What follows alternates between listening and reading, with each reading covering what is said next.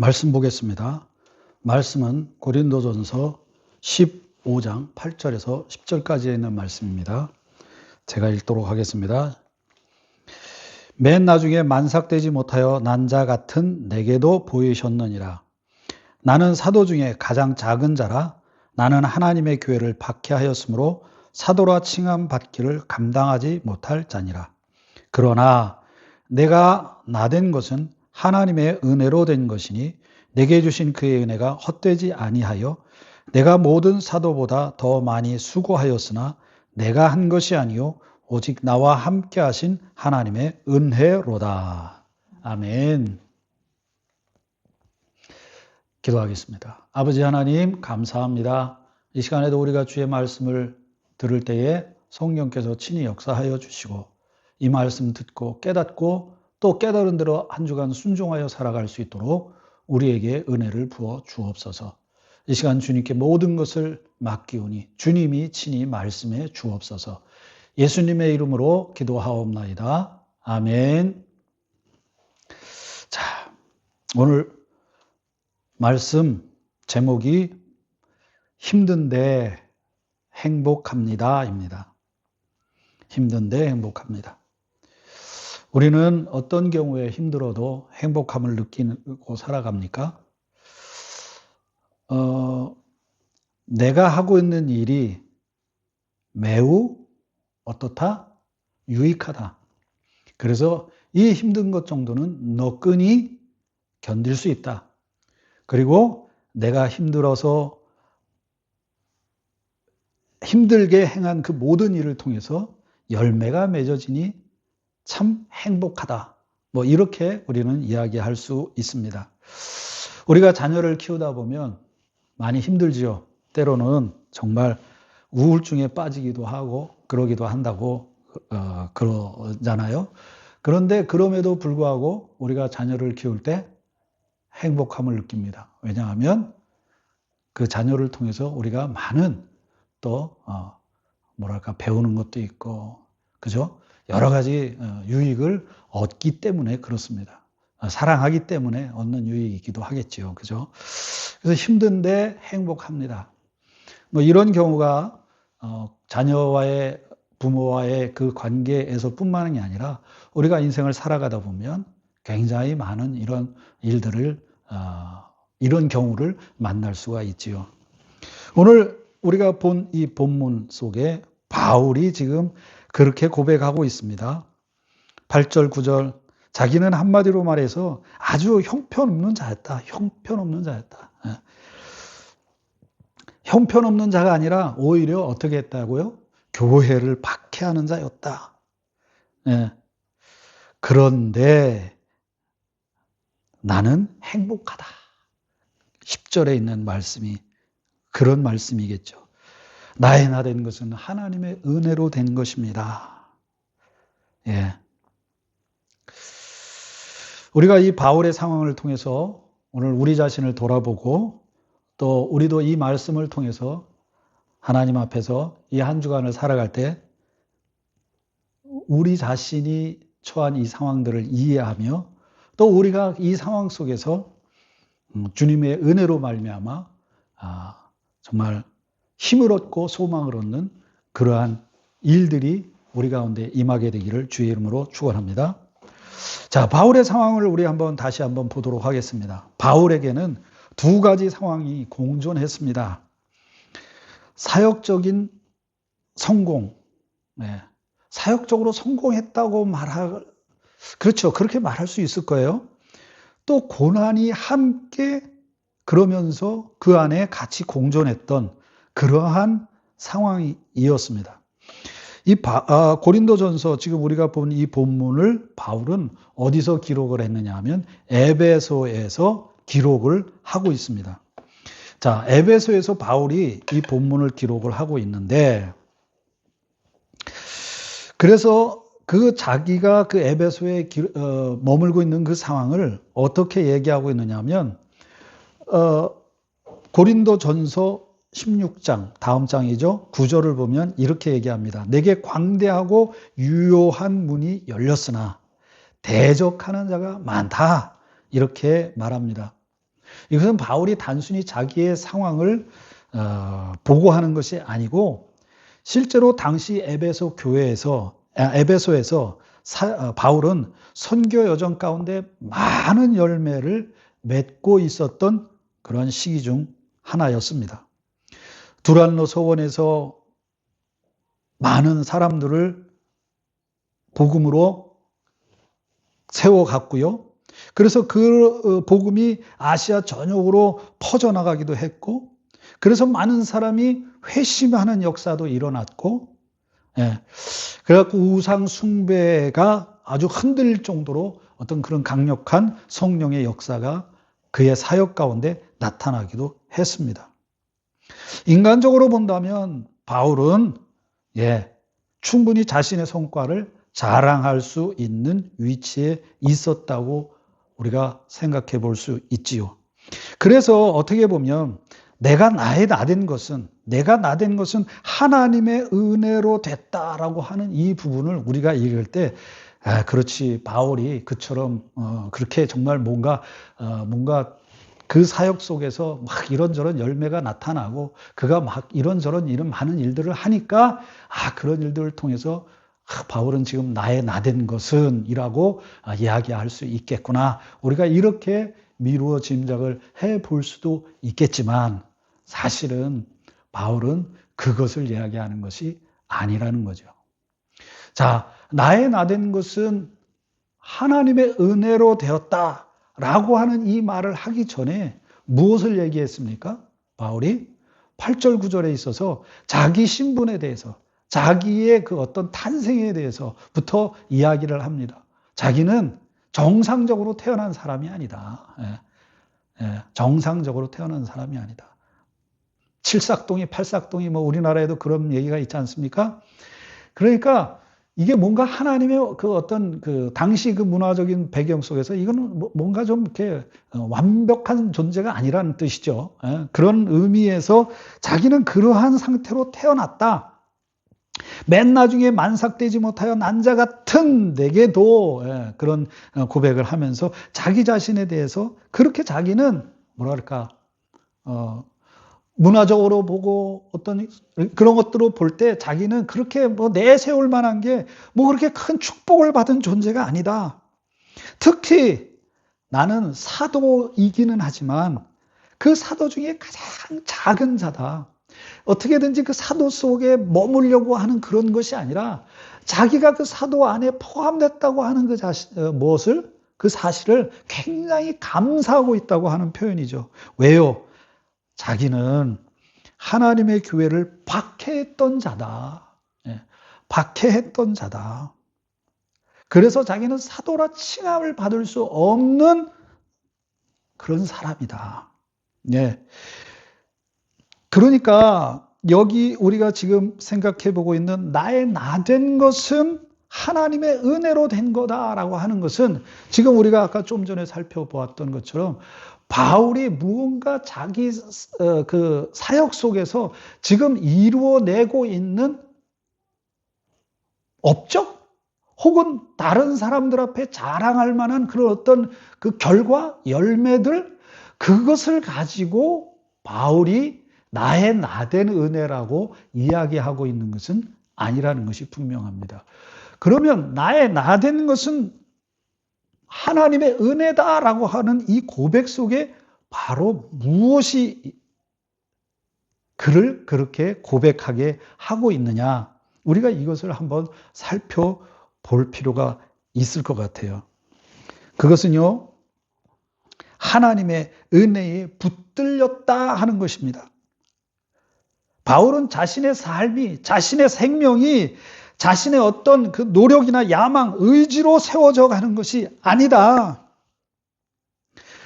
사실 좀 전에도 우리가 이야기했지만 두 가지 상황이 있다고 그랬어요. 어떤 상황이요?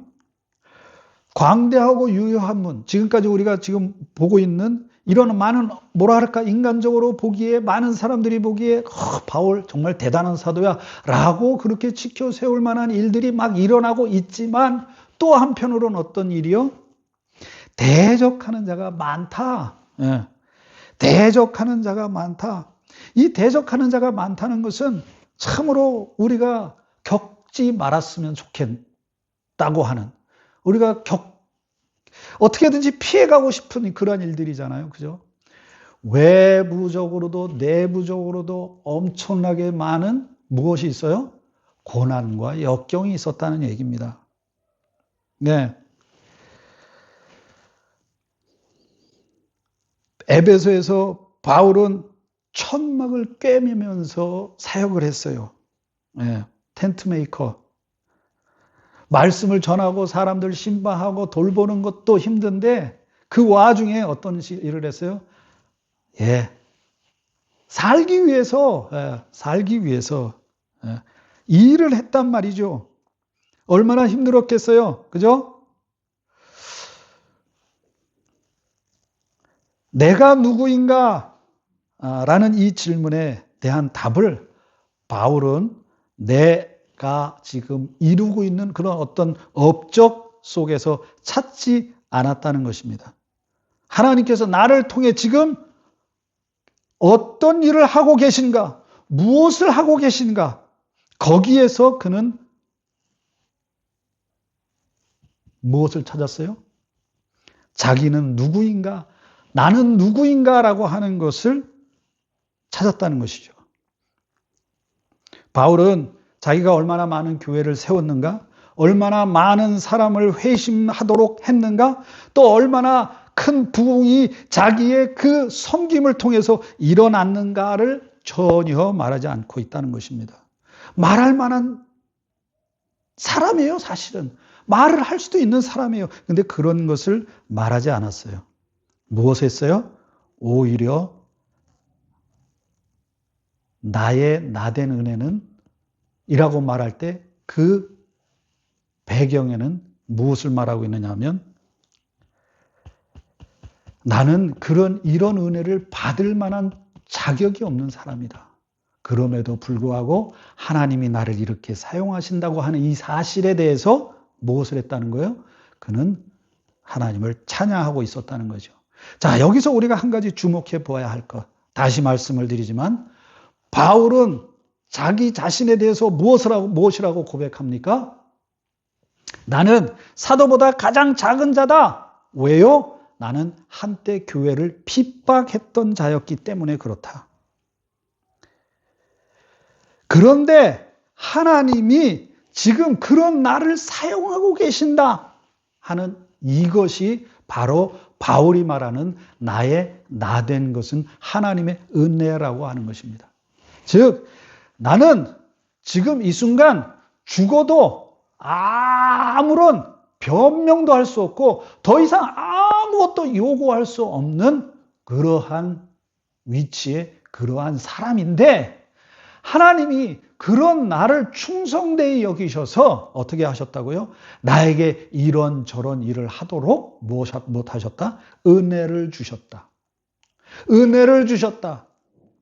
그래서 그것이 내가 한 것이 아니요. 누가 했다? 하나님이 하셨다. 그러므로 나의 나된 것은 무엇이다고요? 하나님의 은혜라라고 지금 고백하고 있는 거지요. 일반적으로 우리가 어려움 속에서 어떤 성취를 이루었을 때, 바울은 지금 많은 어려움 속에서 이 일을 이뤄내고 있는 거예요. 뭐 많은 사람이 막 몰려들어서 뭐랄까 도움을 주고 막 그러는 것이 아니라 정말 힘들고 힘든 상황 속에서 이런 상황 속에서 어떤 일도 있었죠. 에베소에서 데메드리오라고 하는 그 에베소 우상을 만들 그 사람들에 의해서 구금도 되고 막 그랬던 일들이 있었잖아요. 그죠? 그런 어려움 속에서 성취를 이루었을 때 그 성취를 우리는 자신의 그 존재 가치로, 자신을 드러내는 그 존재 가치로 말하기 쉽습니다. 지금 다시 말하자면 바울은 이런 수많은 핍박과 고난을 견뎌내면서 그래도 내가 이렇게 많은 열매를 맺었다. 내가 이런 일도 했다. 이렇게 말할 수도 있었지만 다시 말씀드리지만 바울은 자신을 평가할 때 현재의 어떤 일을 가지고 평가하는 것이 아니었다는 거죠. 왜? 그 일은 자기가 하는 것이 아니라 누가 하고 있는 거예요? 하나님이 하고 있다고 하는 그 고백이 바울을 완전하게 붙들고 있었기 때문에 그렇습니다. 사실 우리가 그렇지 않아요? 내가 하는 모든 것들이 하나님이 한순간만 삐딱하게, 그죠? 하면 어떻게 돼요? 우리가 그 일 못해요. 지금 내 목숨조차도 내가 내 힘으로 살아가고 있는 것 같지만 하나님이 한순간 나에게 뭐 어떤 일들을 하셔서 내 목숨을 걷어가신다 그러면 나는 그것으로 끝나는 것뿐이에요. 그렇죠?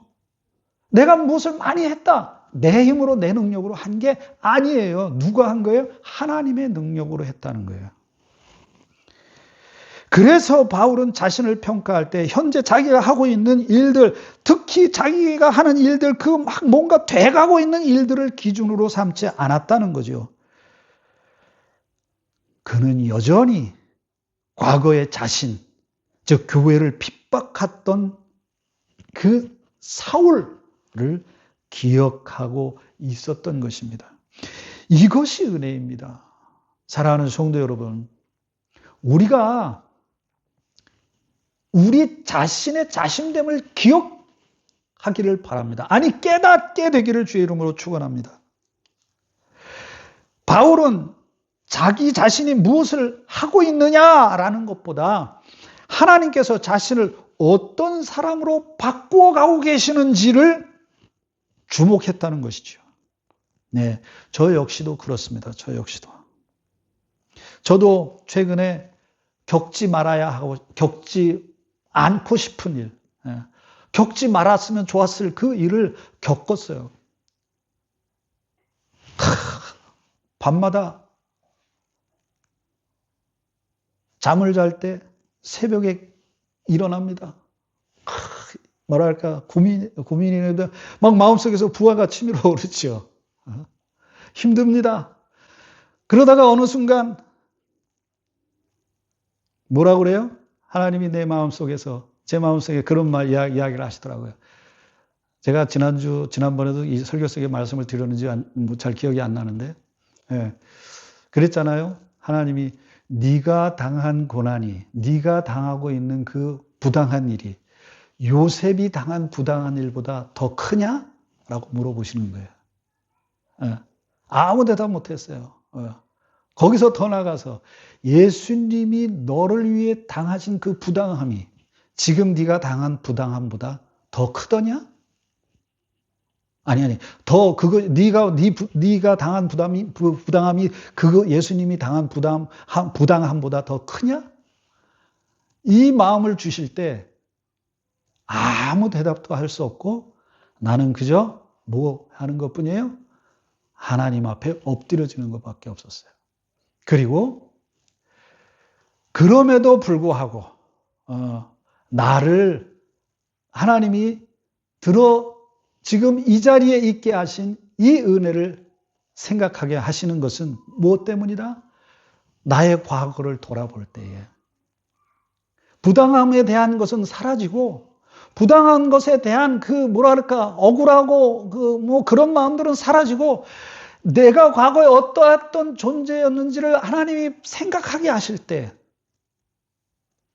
오늘 이 자리에 있는 이 자체로 또 내가 하나님의 은혜를 구하며 주님 바라보면서 살아갈 수 있게 하신 그 은혜가 뭐라고 고백되게 되냐 하면 나의 나된 것. 내가 무엇인가를 잘하고 못하고 그걸 떠나서 내가 무언가를 하고 말고를 떠나서 지금 내가 이렇게 하나님의 은혜를 갈구하며 하나님을 붙들며 살아갈 수 있다고 하는 그 사실, 그것이 나의 나된 것인데 그 은혜가 뭐라고요? 하나님의 은혜입니다. 이렇게 고백하게 되더라고요. 그러면서 이 본문의 말씀 볼 때에 제 마음속에 탁 와닿는 게 있었던 거죠. 바울도 그랬겠구나. 그럼 나는 내가 뭐간데. 자격 없음을 아는 은혜인 거죠. 바울은 스스로를 사도 중에 자기는 가장 작은 자다. 다시 말씀드리지만 교회를 자기는 핍박했던 자다. 그래서 사도라 칭함을 받기에 자기는 자격이 없다. 자기는 과거에 교회를 무너뜨리려고 했던 사람이었다. 그런데 뭐라고요? 자기가 하나님 앞에 지금 이렇게 주님의 은혜를 의지하며 살아가려고 하는 그 모습을 보니까 바울은 너무나도 뭐 한 거예요? 그 하나님의 은혜가 감사하고 고마웠던 거죠. 바울에게 바울에게 있어서 나의 나된 하나님의 은혜라고 하는 것은 자신의 밑바닥을 알면서도 쓰임을 받고 있다고 하는 것입니다. 스스로는 아무것도 자랑할 수 없는 존재임을 뼈저리게 바울은 인식하면서 지금 자신이 하는 모든 사역이 전적인 하나님의 선물임을 고백하는 것입니다. 그렇게 고백하고 있는 것입니다. 바울에게 있어서 가장 큰 은혜는 에베소 교회의 부흥도 아니고 선교의 성공도 아니며 사도로서의 영향력을 자기가 행사하고 있는 것도 아니고 그래서 많은 사람들에게 자기가 우러러 보게 되어지는 그런 것도 아니었다는 것입니다. 가장 큰 은혜는 가장 큰 자기된 하나님의 그 은혜는 원래 자기는 교회를 무너뜨리려고 했던 자였는데 그런 자신이 이제는 하나님의 은혜를 붙들면서 살아가려고 하고 있다고 하니 이것이 얼마나 큰 은혜인지 나의 나 되는 것은 하나님의 은혜입니다 라고 그렇게 고백하고 있는 것이지요. 바울은 자신의 업적보다 자신의 존재가 변화된 것을 어떻게 해요? 더 큰 기적으로 보며 하나님 앞에 지금 영광을 돌리고 있는 것입니다. 사랑하는 성도 여러분, 우리 자신을 돌아봅시다. 우리 자신은 어떠합니까? 우리는 지금 어떻습니까? 우리는 성공한 것 혹은 무언가 만족한 것을 이루었다고 생각이 들 때 교만해지기 쉽습니다. 반대로 내가 계획한 일들을 이루어 가려고 하고 있는데 만나는 그런 많은 대적들 혹은 고난과 어려움들, 그런 일들 때문에 내가 지금 계획한 일들을 제대로 할 수 없는 지경, 그래서 하는 것마다 늘 열매가 없고 이루어지는 것이 없는 것처럼 보여서 낙심할 수 있지만 그러나 이것도 또 다른 교만이라는 것이죠. 우리는 흔히 하나님의 은혜를 눈에 보이는 결과나 어떤 성공으로 측정하려고 합니다. 그러나 오늘 본문에서 고백하는 말은 그렇지 않는 것입니다. 하나님께서 무엇을 주셨는가 보다 내가 한 것이 아니라 하나님이 하신 것이기 때문에 하나님이 우리에게 요구하시는 것, 하나님께서 나를 어떤 사람으로 만드셨는가가 더 중요한 것이라는 거죠. 그래서 바울은 에베소에서 가장 성공적인 그러한 사역적인 시기를 보내고 있을 때조차도 그는 자신의 성취를 말하지 않고 뭐라고 이야기합니까? 오직 내가 나된 것은 하나님의 은혜다. 지금까지 설명한 대로 그렇게만 고백하고 있는 것입니다. 이는 바울이 은혜를 업적의 관점이 아니라 존재의 관점에서 지금 이해하고 있다고 하는 것, 이것이 매우 우리가 깊이 생각해 보아야 할 신앙 고백이라고 하는 것입니다. 여기서 우리 한 가지 분명하게 기억합시다. 바울이 이렇게 말하게 된 그 하나님의 은혜, 그 하나님의 은혜가 바로 저와 여러분에게도 지금 이 시간 함께하고 있다고 하는 사실을 우리는 믿어야 합니다. 바로 하나님의 그 은혜, 나의 나됨을 통해서 주님의 그 영광을 드러내게 하시려고 하시는, 자신의 영광을 드러내게 하시려고 하시는 그 하나님의 은혜가 지금 저와 여러분에게도 있다고 하는 것입니다. 그래서 하나님은 우리에게 이러한 모양 저러한 모양으로 때로는 일이 풀리게도 하시고 때로는 우리의 인생을 막는 것처럼 보이기도 하시는 것입니다. 왜요? 무엇 때문에요? 바로 내 인생의 참된 주인이 누구다? 우리 주 예수 그리스도다. 주님만이 내 삶의 전적인 주권자이고 주님만이 나의 삶을 움직이시고 다스려 주시며 통치해 가시는 분이라고 하는 것을 알게 하시려고, 그래서 나의 과거의 그 처절하고 정말 멍청하고 바보 같은 그 나의 모습, 내 뜻대로 살아가려고 했던 그 뭐라 그럴까, 정말 하나님의 은혜 없이는 한순간도 살아갈 수도 없었는데 그 뭐랄까 그냥 지잘난 맛에 살고 있었던 그것을 깨닫게 하셔서 어떻게 해요? 이제는 하나님만 의지하며 살아가는 주님의 친백성이 되게 하시려고 그렇게 하고 있다고 하는 이 사실, 그 하나님의 은혜를 우리는 오늘도 붙들어야 하는 것입니다. 이제 말씀을 맺겠습니다. 사랑하는 성도 여러분, 지금까지 우리는 하나님께서 우리에게 이루어 주신 이 일을 가지고 하나님 앞에 찬양하고 있지는 않습니까? 내가 이루었다고 생각하고 해서 하나님 이런 일들을 내가 할 수 있게 해주셔서 감사합니다, 이러고 우리가 하나님 앞에 나아가고 있지는 않고 있습니까? 바울은 에베소에서 자신의 큰 사역의 열매를 말하고 있지 않았습니다. 자신의 업적을 말하지 않고 있습니다. 그는 말할 수도 있는 자리에 있었습니다. 힘들고 어려운 처지에서 정말 이루어낸 것들이기 때문에 그렇습니다. 그러나 오히려 자신을 변화시키신 하나님의 은혜를 말하고 있다고 하는 이 사실, 우리는 우리의 삶의 모든 성취를 바라보는 것이 아니라 그 모든 것을 가능하게 하신, 그리고 그것을 나에게 선물로 주신 그 하나님의 은혜를 우리는 더 바라보아야 하는 것입니다. 그것과 같아요. 크리스마스에 주님 오신 그 성탄절날, 그날을 기념하는 그날, 예수님은 없어지고 인간만 모여서 확 떠들고, 그거하고 똑같아요. 우리의 삶이요. 그죠? 그리고 우리가 두 번째, 바울이 고백한 것처럼 원래의 내가 어떤 존재인지를 우리는 깨달아야 한다는 것입니다. 바울은 사도가 된 이후에도 자신이 어떤 존재였는지, 자신이 교회를 박해하였던 자였음을 기억하고 있다고 하는 것입니다. 그 기억은 그를 절망하게 만든 것이 아니었어요. 오히려 그는 그것을 통해서 더 하나님을 의지하고 더 하나님을 바라보게 만드는 은혜의 도구가 되었다고 하는 것입니다.